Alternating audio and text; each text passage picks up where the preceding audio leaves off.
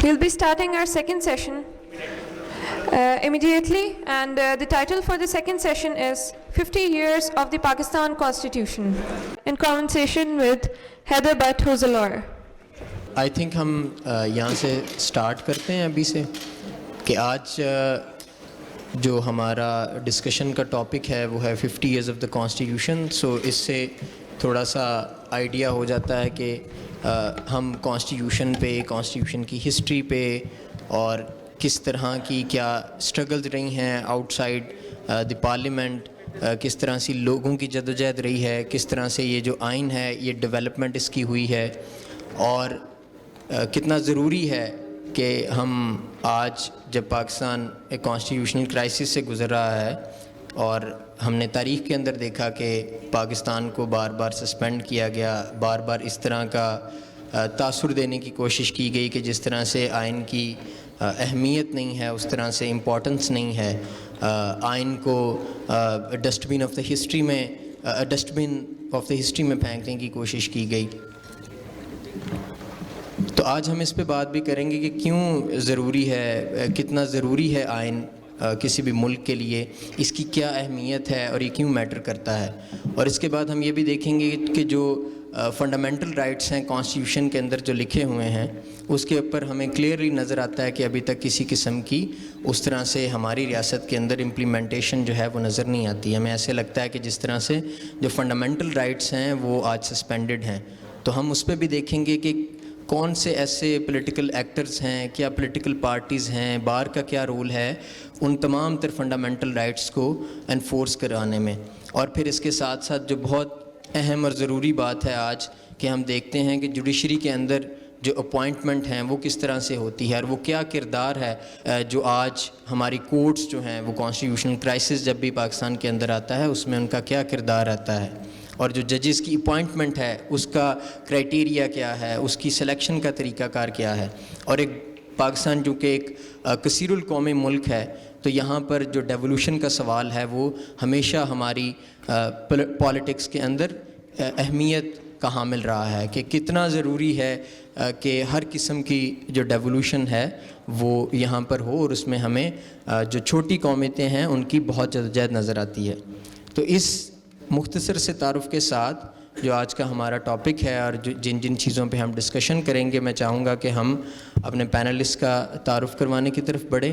سو میرے ساتھ یہاں پر فیصل نقوی صاحب موجود ہیں، کسی تعارف کے محتاج نہیں ہیں، بہت سینئر لائر ہیں، سپریم کورٹ کے لائر ہیں. ہمارے ساتھ مریم خان صاحبہ ہیں، یہ آئیڈیاز کے ساتھ کام کرتی ہیں اور پروفیسر ہیں. اور تیسرے ہمارے جو پینلسٹ ہیں وہ عابد ساکی صاحب ہیں، بار کی توانا آواز ہیں، پاکستان بار کونسل کے ممبر ہیں. سو میں اپنا جو پہلا سوال ہے وہ مریم خان صاحبہ سے کروں گا.